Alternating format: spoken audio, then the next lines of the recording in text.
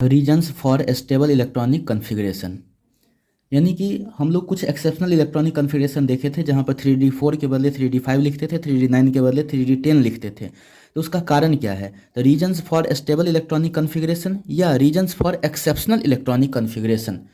अब देखिए, पहला रीजन है सिमेट्रिकल डिस्ट्रीब्यूशन। इलेक्ट्रॉन का किसी सबसेल के ऑर्बिटल्स में सिमेट्रिकल डिस्ट्रीब्यूशन। अब जैसे हम हाफ फील्ड की बात करते हैं तो 2p3 में क्या है? हाफ फील्ड है। अगर हम 2p सबसेल की बात करते हैं तो इसके अंतर्गत 3 ऑर्बिटल है हमारे पास। इसके बाद से अगर हम बात करते हैं 2p6, यह फुल फील्ड है। यह क्या है? फुल फील्ड है। इसके पास भी फिर से वही बात कि 3 ऑर्बिटल्स हैं। अब हम 3D5 या 3D10 की हम 3D5 की बात कर लेते हैं, तब क्या होगा? इसमें तो 5 ऑर्बिटल्स हैं इस सबसेल में।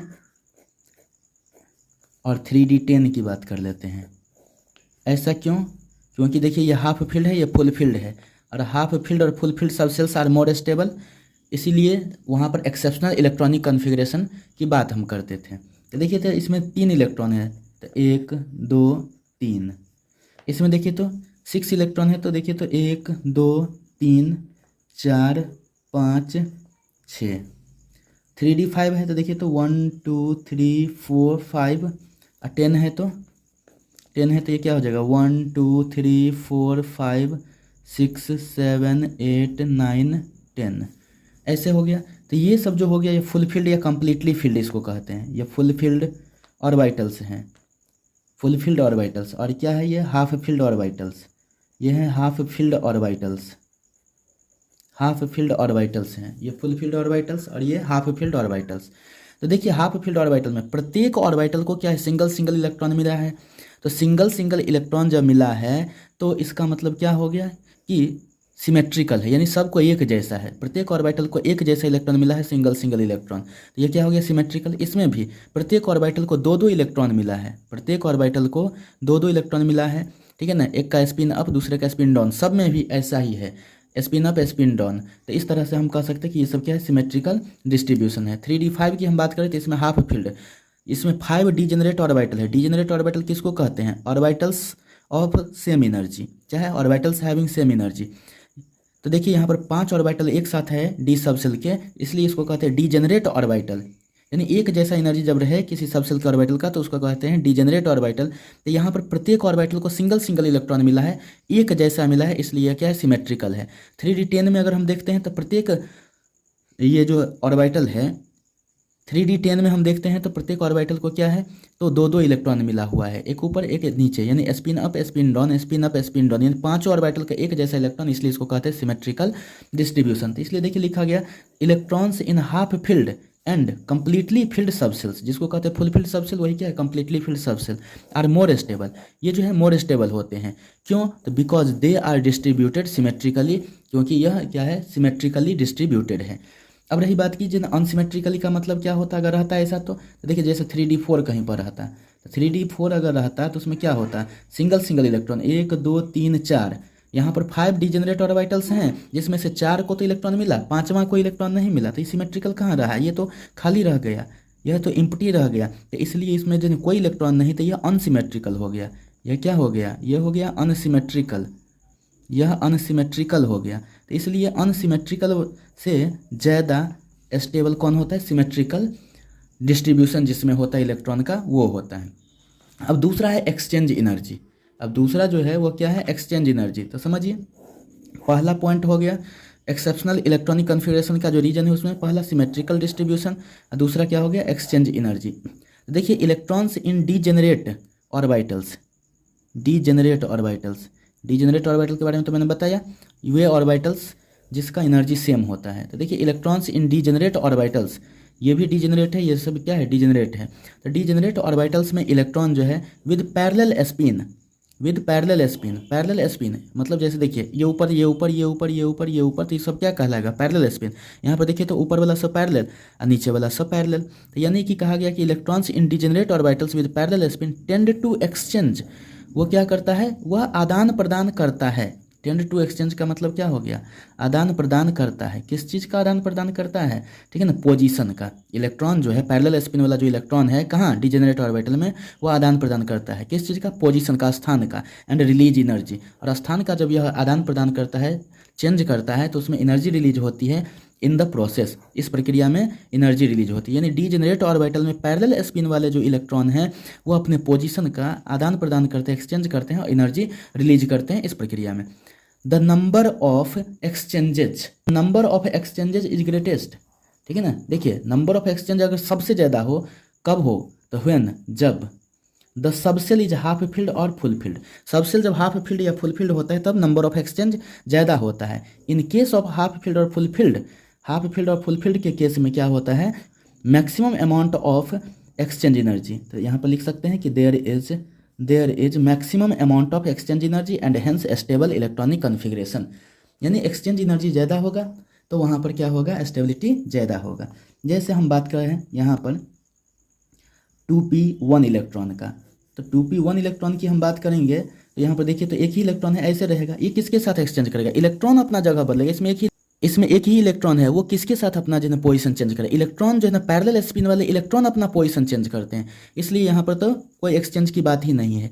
2p2 रहता तो यहाँ पर जो है देखिए ऐसे है, चूँकि p सबसेल में 3 ऑर्बिटल होते हैं, तो यहाँ पर 2 इलेक्ट्रॉन है, तो 2 इलेक्ट्रॉन से क्या करेगा, ये इलेक्ट्रॉन इसके साथ अपना पोजीशन चेंज करेगा, चाहे ये इलेक्ट्रॉन इसके साथ पोजीशन चेंज करेगा। तो यहाँ पर क्या हो गया, 1 एक्सचेंज।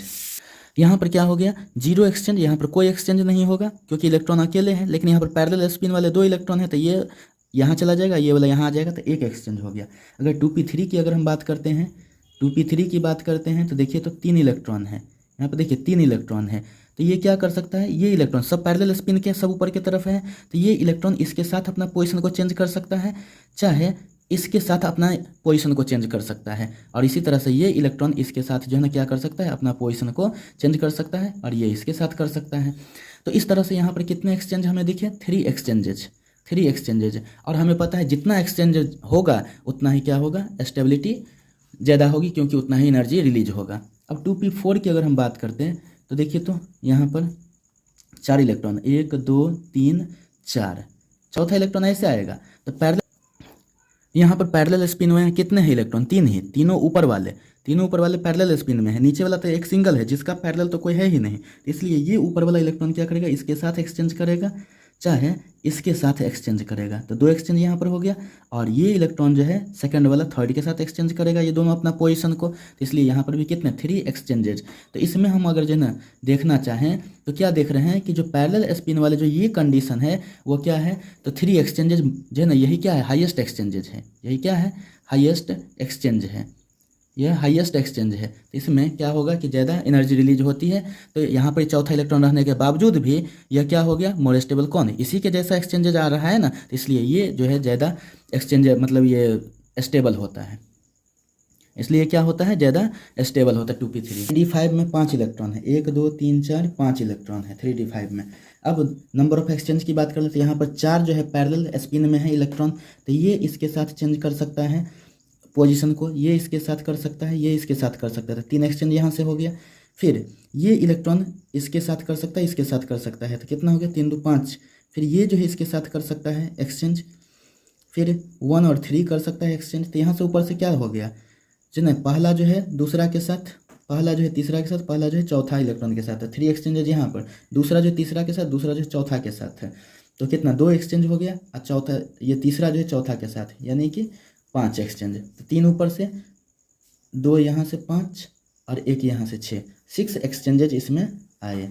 6 इसमें जो है ना यहाँ पर 6 एक्सचेंजेज। अगर ये 3d5 है तब क्या होगा, तो देखिए 1 exchange, 2 exchange, 3 exchange, 4 exchange. 4 exchange ऊपर पहला का सबसे हो गया, और दूसरा का देखिए 1 एक्सचेंज, 2 एक्सचेंज, 3 एक्सचेंज, तो 4 3 7। फिर तीसरा का देखिए चौथा के साथ, पाँचवा के साथ 1 एक्सचेंज, 2 एक्सचेंज, तो देखिए 4 3 7 2 9, और फिर चौथा का पाँचवा के साथ, तो ये कितना हो जाएगा, 1 2 3 4 3 7 2 9 और 1 10, यानी कि 10 एक्सचेंजेज यहाँ पर हो गए। तो मोर एक्सचेंजेज मोर स्टेबल, ये क्या हो गया, more exchanges more stable, more stable. तो इसलिए 3D4 की तुलना में 3D5 जो होता है वह ज़्यादा स्टेबल होता है इलेक्ट्रॉनिक कॉन्फ़िगरेशन में। अब 3D9 है, तो 9 इलेक्ट्रॉन को देखिए कैसे अरेंज किया गया है। 3D9 की अगर हम बात करें तो इनकम्प्लीटली फिल्ड डी ऑर्बिटल है, और 3D10 की बात करें तो कम्प्लीटली फिल्ड डी ऑर्बिटल है। 9 इलेक्ट्रॉन है इसमें, 1 2 3 4 5 6 7 8 9। ऊपर वाला जो है स्पिन अप इलेक्ट्रॉन 1 2 3 4 5, ये पाँचों क्या है, पैरेलल स्पिन है। नीचे वाला 1 2 3 4, ये चारों जो है ना जो स्पिन डाउन है ये पैरेलल है। तो इसको देखेंगे। फिर यहाँ पर क्या देख रहे हैं, ये 10 इलेक्ट्रॉन है, तो 5 जो है ना स्पिन अप है, 5 स्पिन डाउन है। स्पिन अप वाला एक दूसरे के पैरेलल और स्पिन डाउन वाला भी एक दूसरे के पैरेलल। अगर इसमें हम एक्सचेंज की बात हम देखें तो पहला इलेक्ट्रॉन का एक्सचेंज इसमें स्पिन अप का स्पिन अप से ही एक्सचेंज होगा, स्पिन डाउन का स्पिन डाउन से। देखिए पहला इलेक्ट्रॉन की अगर बात करते हैं तो एक एक्सचेंज, दूसरा, तीसरा, चौथा हो गया ऐसे। अगर हम दूसरा इलेक्ट्रॉन की हम बात करें यानी कि 4 एक्सचेंज यहाँ से हो गया। दूसरा के लिए बात करते हैं तो 1 2 3 एक्सचेंज हो गया। तीसरे इलेक्ट्रॉन के लिए बात करते हैं तो 1 2, और चौथे इलेक्ट्रॉन के लिए अगर हम बात करें तो 1। ये हो गया स्पिन अप के लिए। स्पिन डाउन के लिए भी इसी तरह से देख सकते हैं, 1 एक्सचेंज, 2 एक्सचेंज, 3 एक्सचेंज। इसके बाद से इसके लिए देखें तो 1 एक्सचेंज, 2 एक्सचेंज, और यहाँ के लिए देखें तो 1 एक्सचेंज। तो इस सब तरह से टोटल मिला कर कितना हो गया, 4 3 7 2 9 1 10 3 13 2 15 1 16 एक्सचेंज इसमें आए, 16 एक्सचेंज। लेकिन इसमें अगर हम बात करते हैं तो देखिए तो ऊपर वाला इलेक्ट्रॉन का देखिए 1 एक्सचेंज, 2 एक्सचेंज, 3 एक्सचेंज, 4 एक्सचेंज, 4। फिर इसके सेकंड वाला के लिए देखें तो 1 एक्सचेंज, 2 एक्सचेंज, 3 एक्सचेंज। फिर थर्ड के लिए देखेंगे तो 1 एक्सचेंज, दूसरा एक्सचेंज। फिर फोर्थ के लिए देखेंगे तो यहाँ पर क्या हो जाएगा, 1 एक्सचेंज। ये हो गया ऊपर वाला इलेक्ट्रॉन के लिए। अब नीचे वाला स्पिन डाउन के लिए जो पैरेलल है, 5 गो इलेक्ट्रॉन है पैरेलल, तो सेम चीज़ इसमें होगा।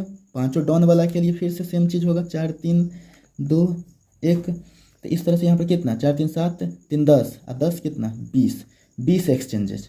यहाँ पर कितने हो जाएगा 20 एक्सचेंजेस। तो more exchanges, more exchanges, more stability, more stability, more stability, more stability.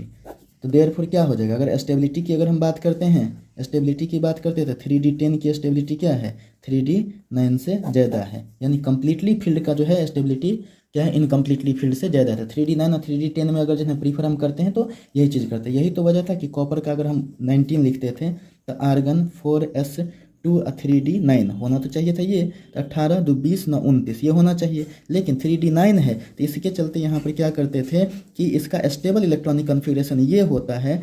तो D9 से ये क्या हो गया, D10 हो गया कम्प्लीटली फील्ड। अब 4s2 तो कम्प्लीटली फील्ड है तो 4s2 है, और हाफ फील्ड है तो 4s1 है। तो ये तो 4s2 है चाहे 4s1 है, स्टेबिलिटी उतना ही होगा। लेकिन ये 3D9 से 3D10 हो गया तो इसकी स्टेबिलिटी बढ़ जाती है, इसलिए यही एक्सेप्टेबल इलेक्ट्रॉनिक कन्फिग्रेशन है, ये नहीं। इसी तरह से क्रोमियम का जिन्हें आपने देखा था, क्रोमियम का 24, तो उसमें क्या होता था, आर्गन 4s2 और 3D4 ऐसा होना चाहिए था, 18 2 20 4 24। लेकिन होता कैसा था यह 4s1 और 3D5। ये नहीं एक्सेप्टेबल, ये एक्सेप्टेबल है। क्यों, 3D4 और 3D5 में अभी बताए थे 3D5 मोर स्टेबल है, 4s2 फुल फील्ड है, और ये क्या हाफ फील्ड है 4s1। तो इसमें तो कोई दिक्कत नहीं, चाहिए रहे मोर स्टेबल ये होगा। 3D4 और 3D5 में मोर स्टेबल ये, इसलिए स्टेबिलिटी इसका ज़्यादा हो जाता है। और इसलिए एक्सेप्शनल इलेक्ट्रॉनिक कॉन्फ़िगरेशन ये है दोनों 1 से 30 तक में।